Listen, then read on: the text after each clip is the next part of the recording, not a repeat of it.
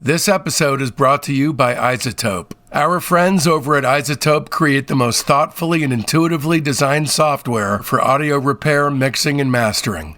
I use their tools every day for the podcast, and I love it. And I think you will too. Go over to iZotope.com and check it out. That's iZotope.com. iZotope. Use the code FRET10 at checkout for a 10% discount. That's all caps, F-R-E-T, and the number 10. Allow me to live and breathe like a man. You've heard his words on classic albums like Pacific Ocean Blue and Friends. His 1969 collaboration with Brian Wilson, A World of Peace Must Come, gained almost legendary status as one of pop's most storied lost albums, before being resurrected to great acclaim by Light in the Attic in 2008. Now you're cordially invited to take a trip into the mind of poet and songwriter Stephen J. Kalinich. Heyday Again Records presents I Love My Life, a postcard from one of the last standing poets of peace and excitation. Order your copy today. I Love My Life by Stephen J. Kalinich and Friends. You'll see why heavy hitters like Brian Wilson, Dennis Wilson, Paul McCartney, Steve Cropper, P.F. Sloan, and Diana Ross have all worked with him. I Love My Life by Stephen J. Kalinich. Order today at realgonemusic.com. Again, that's realgonemusic.com.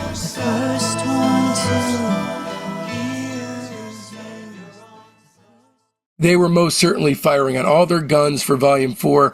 I'm assuming because of the cocaine involved, but just everything about it, the musicianship, it just fucking rips. And they sound so unbelievably confident throughout the entire record. Totally on top of their game. For me, Cornucopia and St. Vitus Dance are the two weakest tracks, and they're great. It's a must-own. Even if you don't care about metal, it's a must-own. Yeah. It's a very hard 5 stars. I gave it a 4.8. Whoa! Wow! Oh my God. That's a punch in the nuts, dude. Just because it could have went a little harder, but I get it, and I get Black Sabbath style, so. Whoa.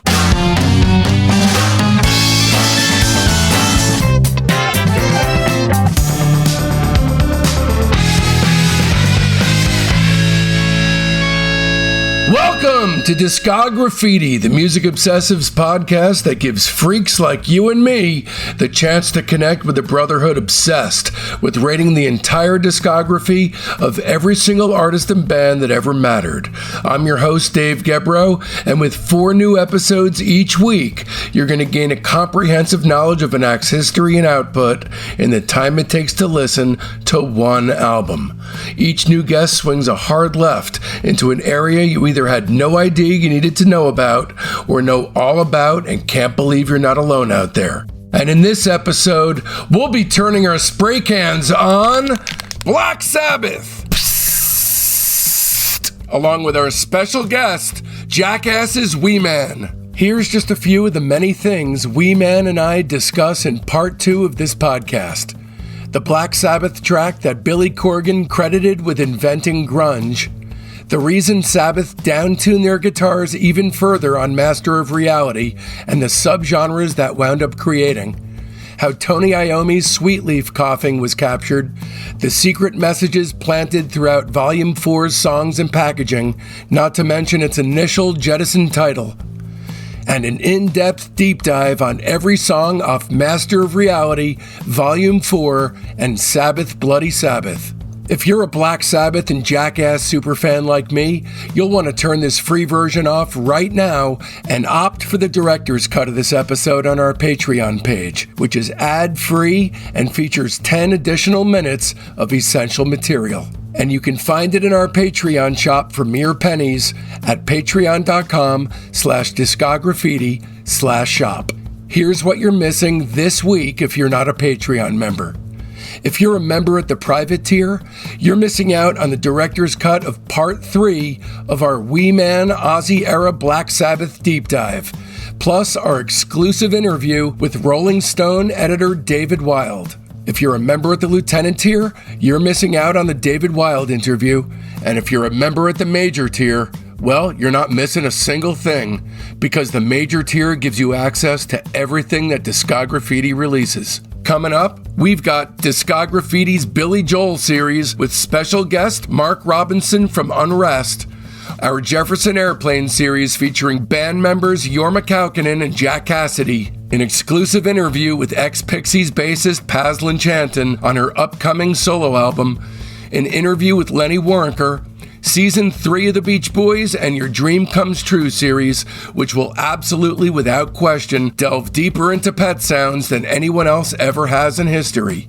Plus, an incredibly special Graham Nash deep dive, in which Graham himself rates and discusses everything he's ever released.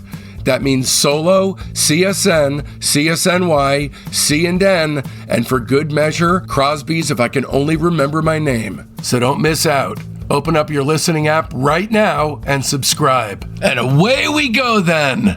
So, in February 71, after a one-off performance at the Maipanga Pop Festival in Australia, Black Sabbath returned to the studio to begin work on Album 3.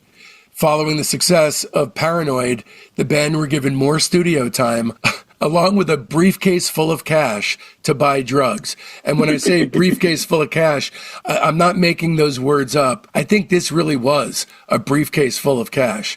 So yeah. Bill Ward says, we were getting into coke big time.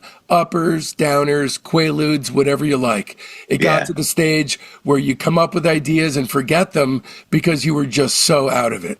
Yeah. Production completed in April 71, and in July, the band released Master of Reality just 6 months after the U.S. release of Paranoid. So let's talk about Master of Reality. Hell yeah. This was my first Black Sabbath album. And I got to say that my first thought when you said that is, what a cool place to come in, because it's a different record from 1 and 2. Oh, it totally is. They're swerving here. You know, like I said, I'm not a huge metalhead, but I know the difference between the metal that came up to this point and more doom metal, stoner rock, and sludge metal.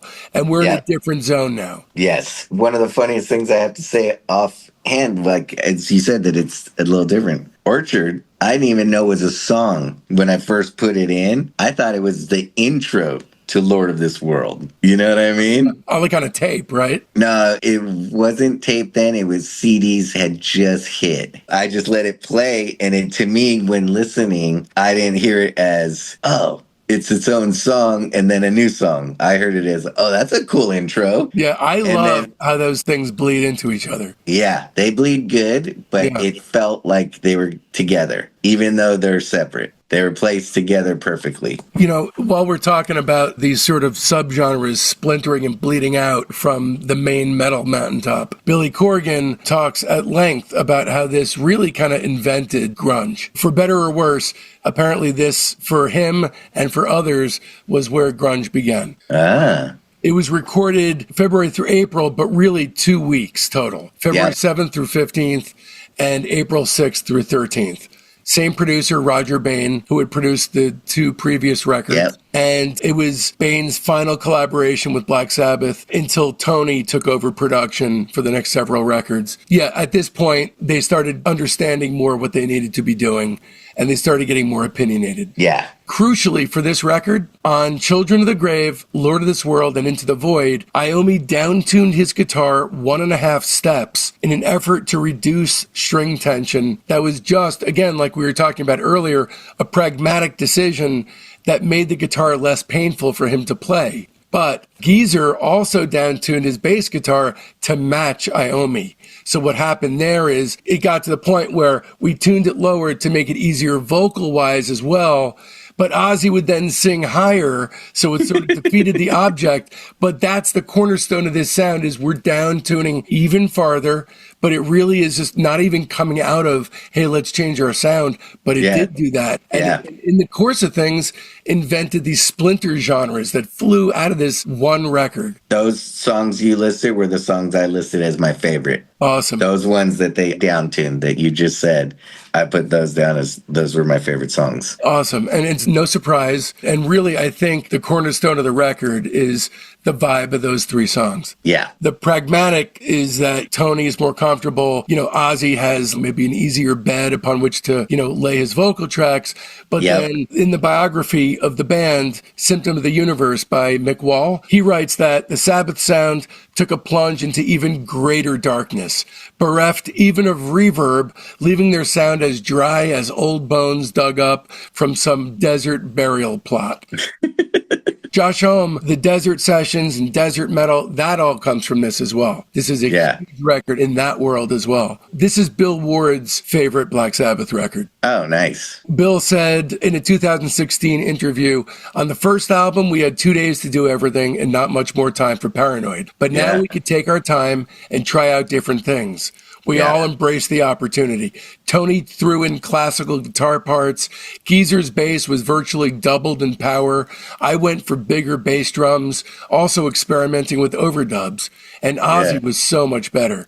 But this was the first time when we didn't have gigs booked in and could just focus on making the album a landmark. Nice. Iommi, in contrast, thought the band might have been becoming too comfortable, becoming too experimental, taking too much time to record. I can see that. Let's talk about motherfucking Sweet Leaf. Yep. The best song about weed? It's the weed.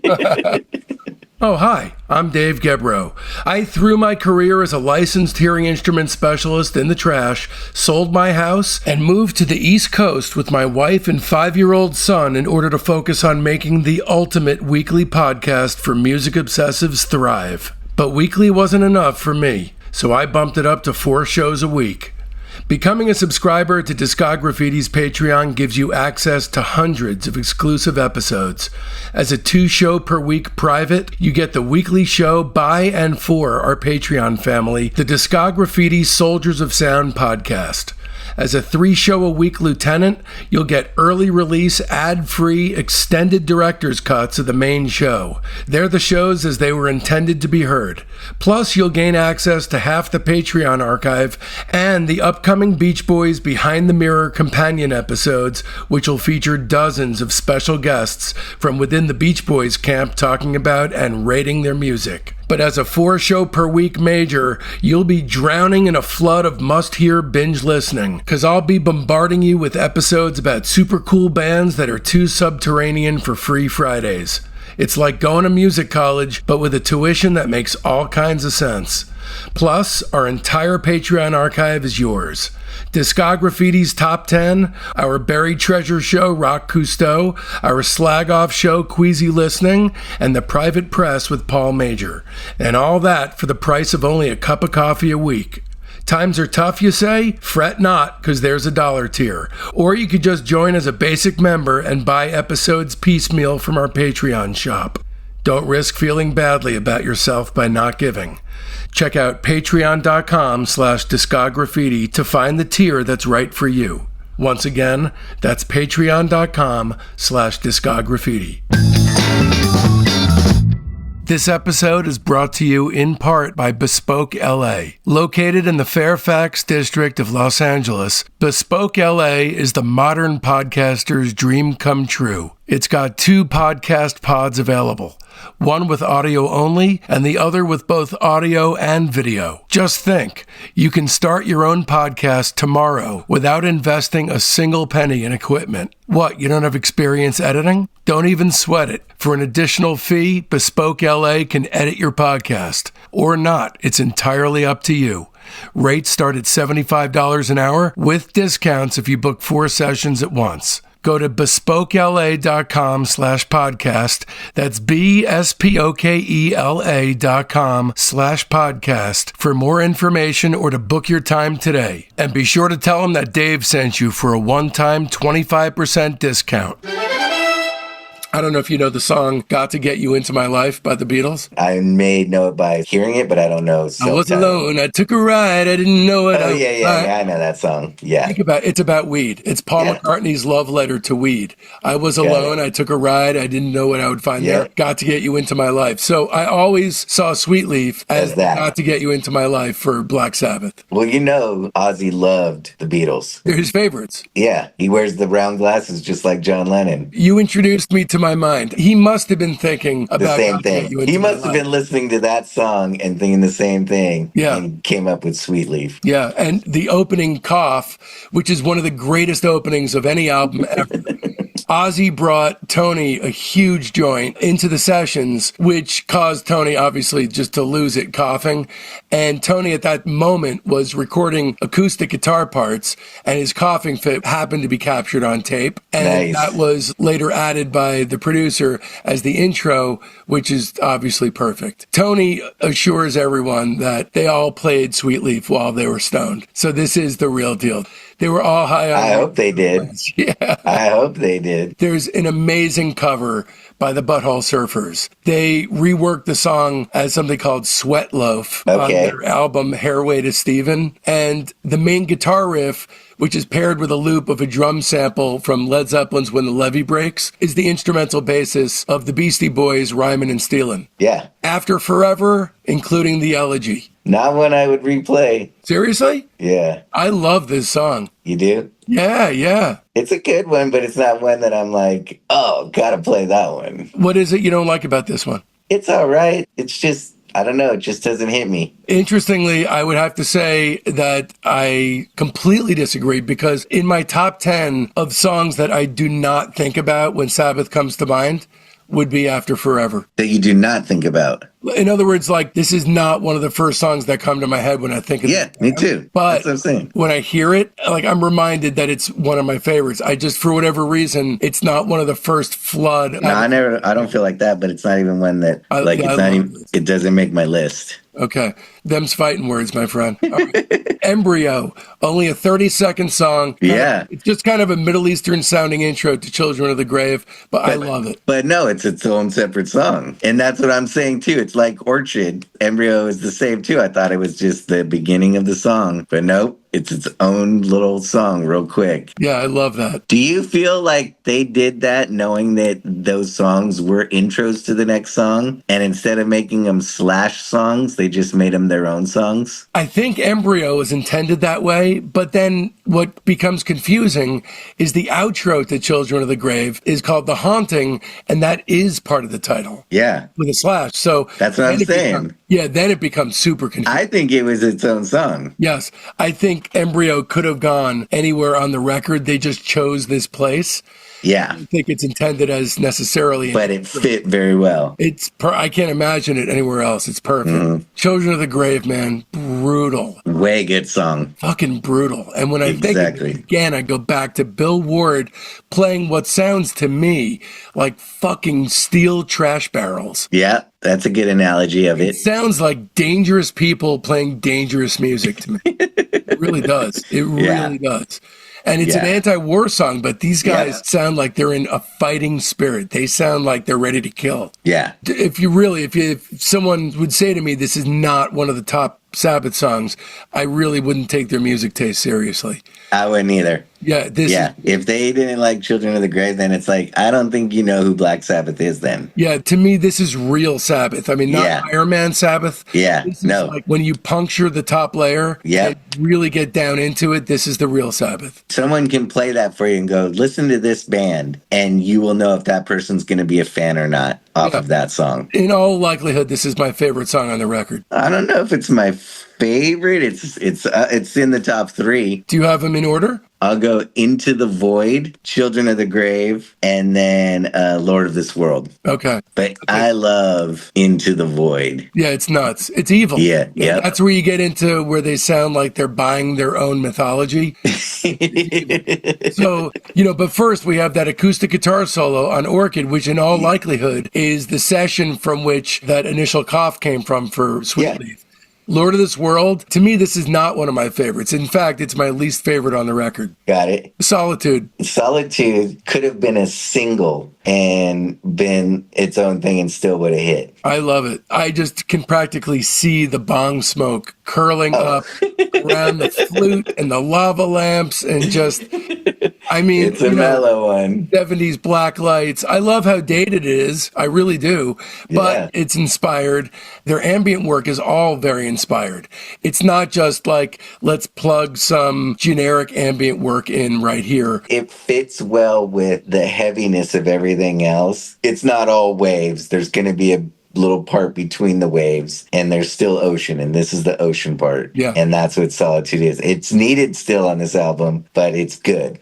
Death Mask, Into the Void. Yeah. Pure evil. I mean, the roiling, sinister undercurrent of this song, to me, is again the essence of what makes Black Sabbath at their best. An inimitable, absolutely top of the mountain metal band. You know, I mean, it's hard to get there. This is not easy music to make. And for me, it's a much better sludge metal track than Lord of this World. Into the Void? Yeah, yeah. Oh, yeah. I'm not a huge Metallica fan, but this is James Hetfield's favorite Black Sabbath track. I can see that. Eddie Van Halen considered the main riff as one of his all-time favorites. All right, here's my my capsule review. Okay, now we're getting into an area where the band is not at all overexposed, but the guys are still in their prime. For me, this is where their sweet spot really kicks in. The riffs are more scalding, and the band settles into a much deeper groove. Crucially, these songs also have not been bludgeoned to death on rock and roll radio, so it's always a pleasure to hear them. The second side is completely consistent, which was what cursed the B-sides of the first two records. They unlocked the formula here, and they are now firing on all cylinders. A classic. 5 stars. Nice. I mean, it was my first album, so I have to give it 5 stars too. Nice. And yeah, because it introduced me to it. This was my hook, so. Nice. Yep. I'm very jealous. That's a great way in. Yeah. It's a perfect way in. So Bill Ward has said that the very first time they ever took a break was after Master of Reality. The band, you can see that too, because it's a pretty big break. It's a little over a year. It's 13 months. Yeah, they were really tired. They've been on the road nonstop, year in, year out, constantly touring and recording. And he says, I think Master of Reality was kind of like the end of an era, and we decided to take our time with the next album. Mm-hmm. And the stories from here on in start to become super interesting about them in the studio, because they're no longer in and out. Now they're in there to cause trouble, and mayhem really does start to ensue at this point. Yeah. So Volume 4, this reached number 13 in the US and number 8 in the UK. And the song Tomorrow's Dream was released as a single, but didn't even chart. The production of Volume 4 is officially accredited to Black Sabbath and Patrick Meehan, who was the band's then manager, but the bulk of the actual production was actually performed by Tony Iommi. And Meehan had little actual involvement in the production, but insisted on being listed as a producer, like the fucking asshole that he probably was. Yeah.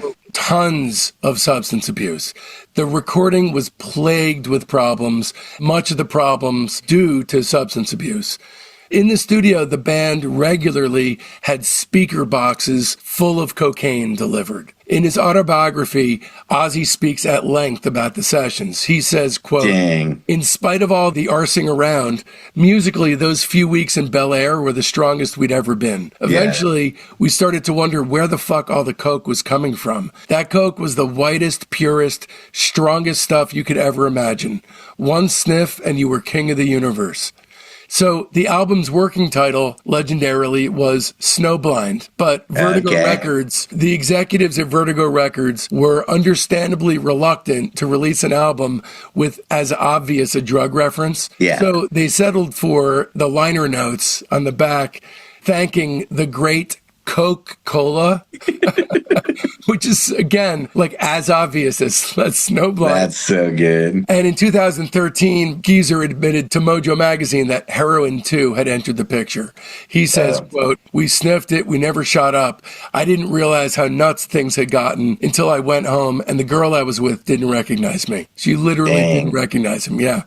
This is the Grand Slam. This is the one. Wheels of Confusion. Take it, my friend. I liked it. My songs off of this album are Supernaut, Cornucopia, and Under the Sun, Every Day Comes and Goes. Hell yeah. Those are my songs off that album. It's a great album altogether, but top 3, those are my ones. Those are great ones, man. Wheels of Confusion, I just love the Wheels of Confusion is good, too. I was doing, for this, I always pick a top 3. Yeah. Wheels of Confusion, still good.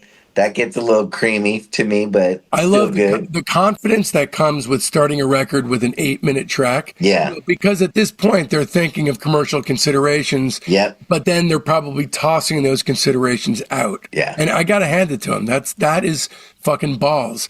And the ripping shredder of that solo from that song. I mean, Iommi is just, riding that thing like a fucking bronco. Yeah. I love that solo. Yep. Great song. Tomorrow's Dream is, for me, one of their all-timers. It reminds me of Paranoid because it's a 3-minute song. It kind of makes for a perfect single, and it was a single, didn't chart, but they really knew how to toss out these probably quickly written songs like Paranoid was, and it's one of their best all-time riffs. It didn't hit for me. You don't like that one? Wow. I like it, but it didn't hit where it's like a replay. Oh, this to me is like one of the top 3, I would say. Not me. Oh, wow. Wow. I appreciate your honesty, man. Yeah. Yeah, to me, this is up there with Paranoid for me. Got it. Changes. What are your feelings on Changes? Changes is good. Changes to me is like an Orchid or Embryo. Like it's in that realm of songs. This is the first song that is like an ambient tune that actually is a song unto itself that's not just as texture. And it almost feels like it's potentially the invention of the power ballad. Not that that's a good thing. No, I fucking hate power ballads, but I can see that. I don't fast forward when this song comes on. I don't fast forward either, but it's not a replay. It's okay, gotta let this one play through. Yeah. That's how it is to me. This is lyrically inspired mainly by Bill Ward's breakup with his first wife. And I love that these guys, again, like the lyrical texture, when you can do a song like Into the Void and these songs that are truly dark at their core, to be able to, look at and examine a man's feelings as well. It is. Show me a modern day metal album that would actually... Nobody's putting songs out like that. Right. And so to me, it gives the dark stuff extra heft. Yeah. It's important. I can see where you're going with that. I think that's extremely important to have songs like this because you throw people off. Yeah. A soft song with Mellotron. Oh, it is way out of left field. Yeah, Mellotron. So, Tony taught himself how to play the piano after finding one in the ballroom of the Bel Air mansion that they were renting, and it was on that piano that Changes was composed. Ozzy hummed a melody over the top. Geezer wrote awesome lyrics about Bill's breakup. For me, anyway, they hit it out of the park. FX was a quick instrumental, actually not too quick. It's about 2 minutes. Yeah. After smoking hash, the crucifix that was hanging around Tony's neck accidentally struck the strings of the guitar, and the band loved the sound that it made. An echo effect was added, and the band started to hit the guitar with a bunch of different objects to generate sound effects, and apparently the song was just a total joke. I think That's crazy. Cool. It's cool to have that in there. Yeah, it's a good one. Supernaut's my favorite Sabbath tune of all time. It's a good one, too. It's in my top, 5. It's a great song. I mean, if you blasted that, I don't think I'd be in control of my body movements. I'd be throwing myself around the room, man. Yeah. The song's a fucking runaway freight train, especially the way that Tony's riff dances with the really tense hi-hat work that Bill's doing. It is phenomenal. And at this point, these guys are really solid on their instruments. Yeah. They're really playing well. The solo stings, the riff is nonstop, and the tune just dominates. And then at 2 minutes and 45 seconds, and I don't like to usually throw out time markers, because I don't want people to pause the show, but at 2:45, there is something that I can actually say can be called with a straight face a sort of calypso breakdown. I don't know what the fuck it is, but it works like a charm, and it's right there in the instrumental break, and it's crazy. I'm going to listen for that. Of all people, Beck, who I love, named the Supernaut riff as his all-time favorite riff, equal with Neil Young's Cinnamon Girl. And the song was also a favorite of Frank Zappa and John Bonham. Nice. When played live, the song frequently featured a drum solo. Okay. Which I didn't know that until doing research, but hopefully they were able to work it in a way that kept up the, because this song makes my heart pound. So I hope they didn't water it down live by... Yeah. Then we flipped the record and Snowblind. I love Snowblind. Love it. Snowblind's a good song. Love it. Yeah. I mean, for a record company that was wary about calling a record Snowblind, and then, to have Ozzy that whispered background vocals of him going, cocaine. Yes. Is phenomenal. I'm not a fan of cocaine. Look, I love drugs. No, but I always hated coke. I always felt uneasy with it, never liked it, but this is the greatest song about cocaine. I never even did it once. Wow. And yeah, and it's funny that I like the song, you know? Wow. Yeah, and I know exactly what the song is and all that, but yeah, Are never you totally did. straight edge? Not totally. I mean, I've smoked weed and stuff and, Yeah, yeah. you know, never did any other hard drugs. That's awesome, man. Yeah. Been around it, seen people on it, saw the aftermath. So I was like, not for me. What is it about But it? Tell me what it is that makes you think twice. so I was introduced to it when I was skateboarding, and skateboarding was very physical to me. You had to be in your top health and all that. And some of the guys I went on tour with were doing it. And the next thing I know, they're just up all night. And I'm like, are you fucking kidding? We got to skate tomorrow and put on demos and put on shows. And you're here up all night like, dude, I'm going to start this t-shirt company. It's going to be fucking rad. And then the next day I just see them just as piles. And I'm like, there's no way I'm doing that. You're still skating regularly, right? Yeah, not like I used to, not like tour style, but here and there I skate. I feel like there's more to the story. No, that's really what it was. If you're not skating regularly, if that really was the only thing that was holding you back, were you ever curious? Nope. Never? Okay, so maybe that's what it is that it didn't look appealing. Yeah, just never was into it. Yeah, yeah. And then that sold it more like, that's like, wow, I was like, oh, definitely not into it if that's the outcome. Right, the way that people are when they're on it. Yeah.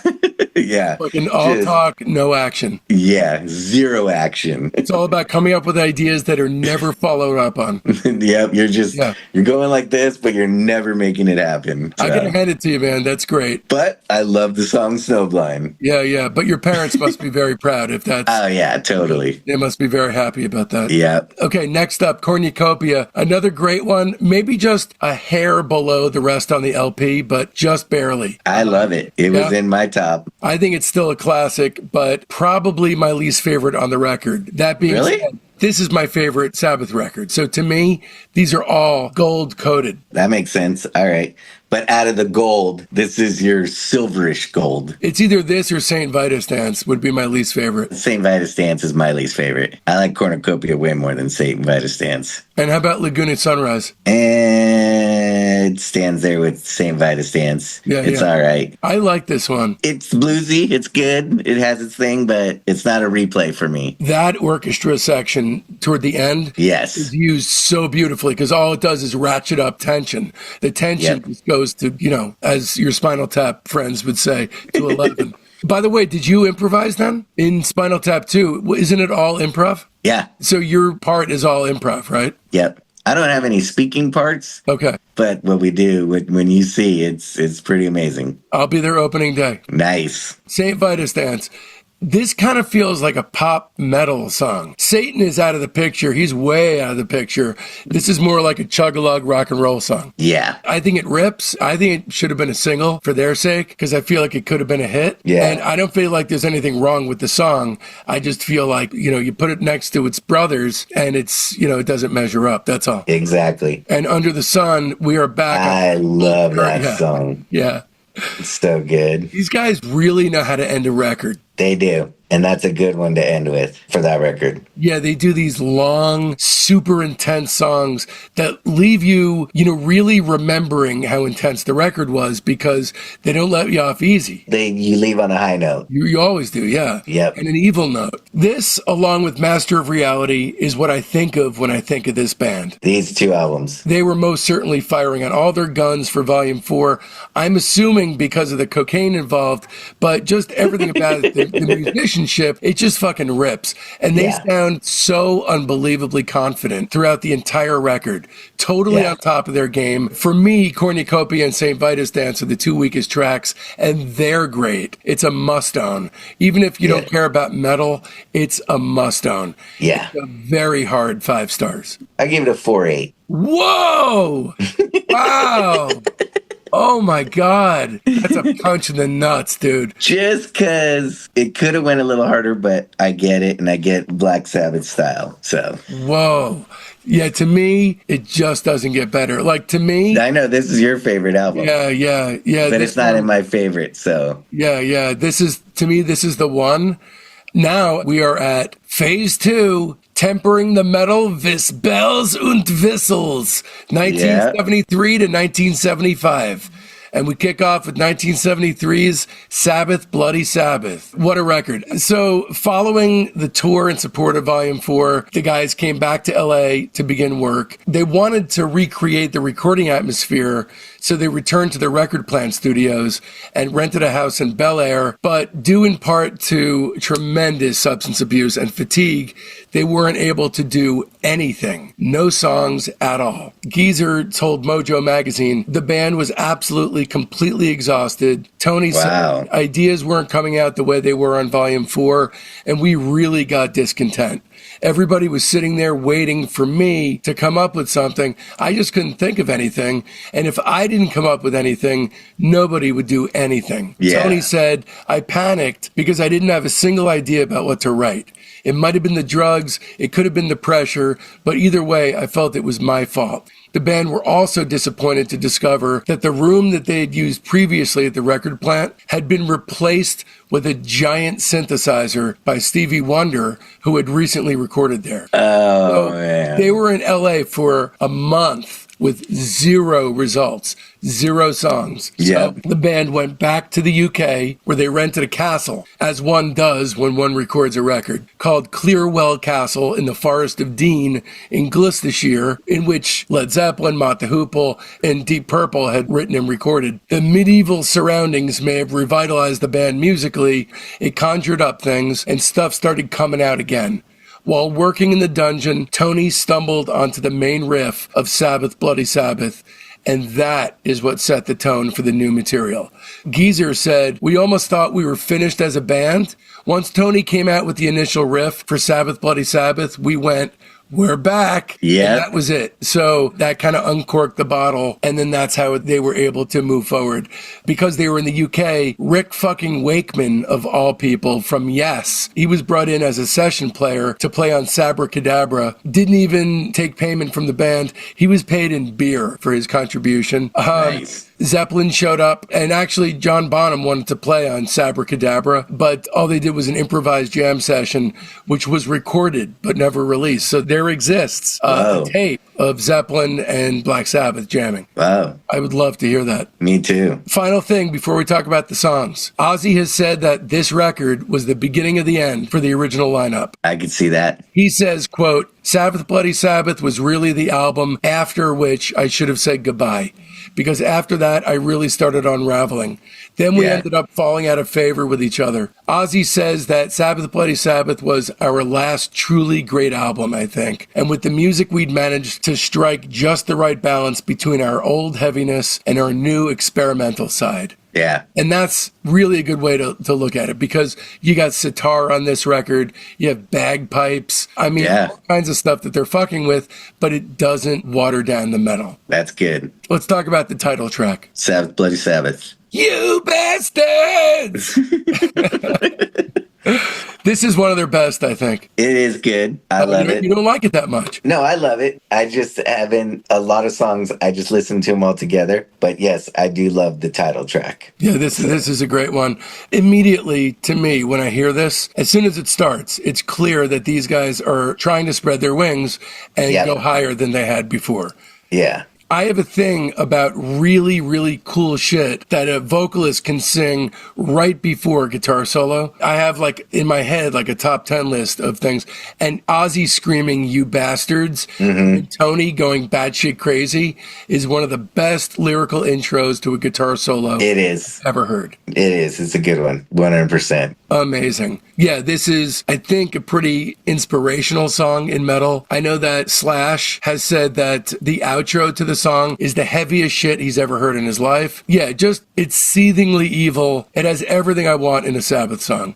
And then A National Acrobat. That's my favorite song on the album. Nice. Yeah. Tell me why. I just love it has a feel. The way the song is, anytime I hear it, I'm just like, yes. This feels like original Black Sabbath. Yeah, it does. And I love the way that it ends with that galloping section toward the end that goes kind of up and out, it shoots up and out, is genius. Yeah. I mean, just the last minute and a half is enough to make this count as a classic, but everything before it is amazing. Yeah. And I love that it's about, you know what it's about? Nah. Geezer said he would get high and sit around thinking about weird bug out stuff. And this is about who selects what sperm gets through to the egg. That's funny. Isn't that cool? Yeah. It's a great offbeat topic for a metal tune for sure. Yeah. This is a great song and a very cool favorite from the record. It's a classic, total classic. Okay, Fluff, another instrumental ambient. Yeah, track. another orchid, another embryo. And you got fucking harpsichord flavors all up in this one. I love it. I can't help it. It's good. Yeah. Sabracadabra. I like Sabracadabra. I'm This good is with not it. one of my favorites. I think Okay. there's a little bit of boogie here. It does. And some flashes of synth, which is not necessarily my favorite look for Sabbath. You know, there's a lot of competing flavors on display here. Rick Wakeman is playing that barrel house piano in the back, which brings a salty splash of Topographic Oceans to the mix, because at that point, Yes was recording a double album that had one song per side, 4 songs total. So it's as proggy as you get, and that's the guy you're bringing in to the Ivories.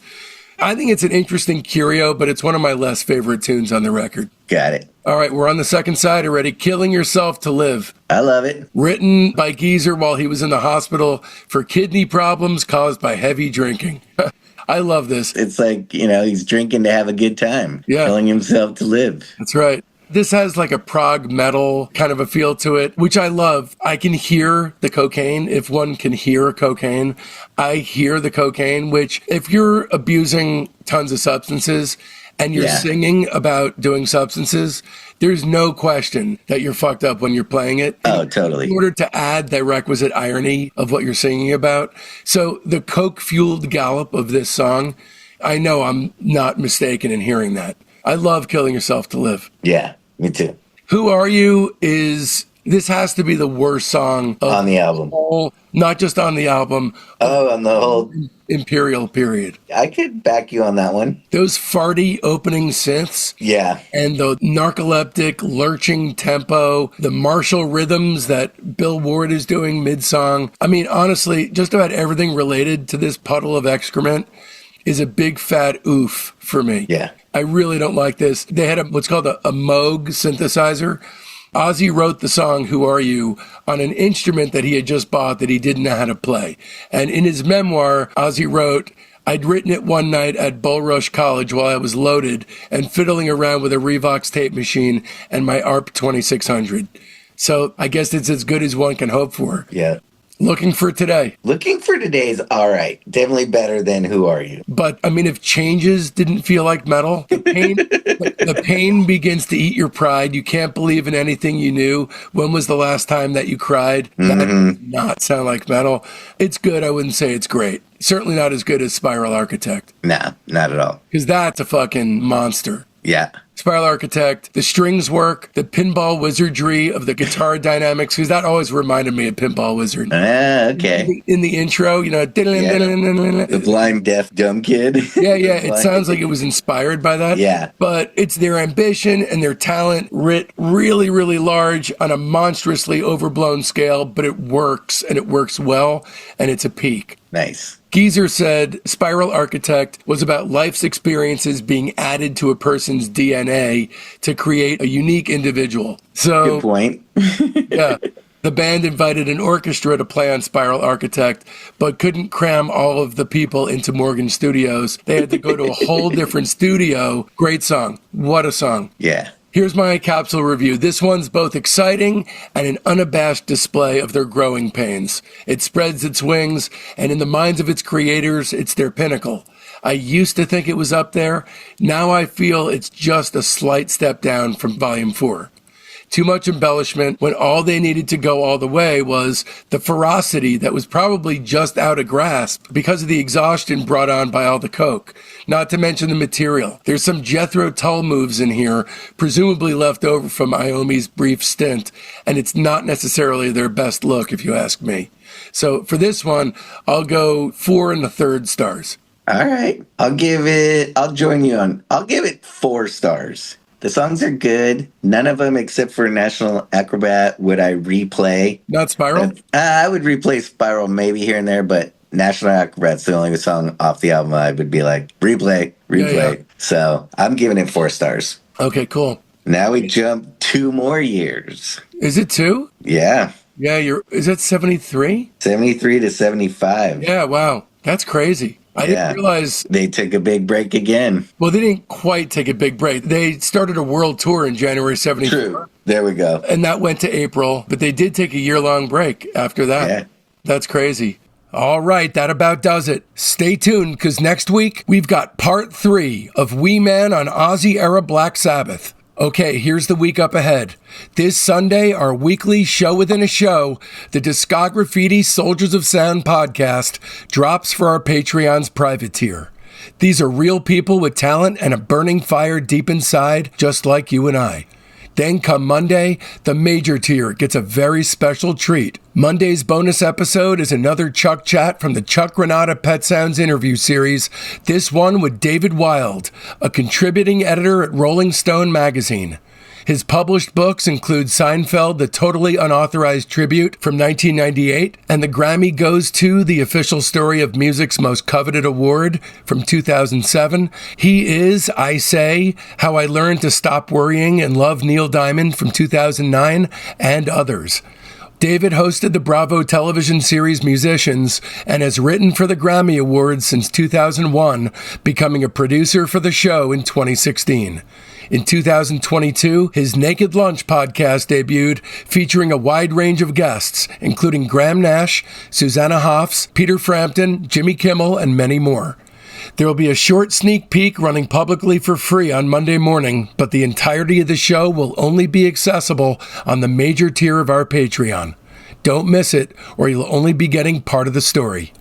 And then on Wednesday, the Lieutenant tier gets their early release, ad-free, super extended director's cut of part 3 of the Wee Man Black Sabbath deep dive. It's the episode as it was truly intended to be heard, with all the essentials left intact. And then come Friday, everyone else gets to join in on the action. A heartfelt Discograffiti thanks goes out to my beautiful wife and son, Jen and Mason, Jason Wee Man Acuna, Richard Holland, Rudy Fishman, Becky Boyd, Bespoke LA, my mom, my dad, my incredibly loyal fans, and especially the entire Patreon community, the Soldiers of Sound. I love every last one of you, and this show would not exist without you, my friends. Speaking of friends, it's high time for some new ones. They're in our Facebook group, Discograffiti Soldiers of Sound. That's the best way to find out what's coming up on the show, but there's a hell of a lot more. You get recaps of the day in music history, the ability to pitch questions to guests,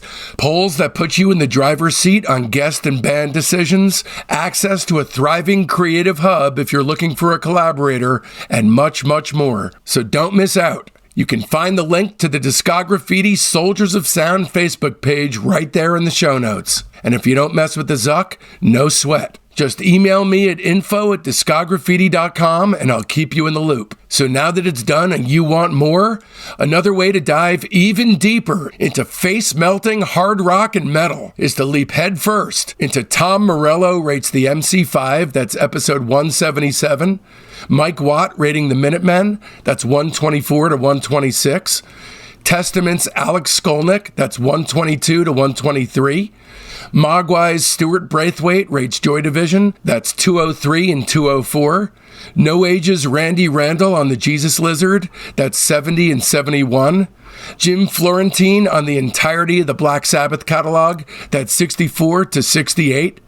Bob Nastanovich rates the Pavement catalog, that's 49 to 58. The Pixies, that's 18. Nirvana is episode 30. PJ Harvey is episode 12. Bob Mayer rates The Replacements, that's 28 and 29. Bully's Alicia Bagnano is 96 and 97. And Van Halen is episode 9. And of course, be sure to mark your calendars, because next Friday, September 26th, we're coming at you with part 3 of Wee Man on Ozzy-era Black Sabbath. Trust me, you're not going to want to miss it. And so, from now till then, don't let our youth go to waste, lads and ladies. It's Discograffiti!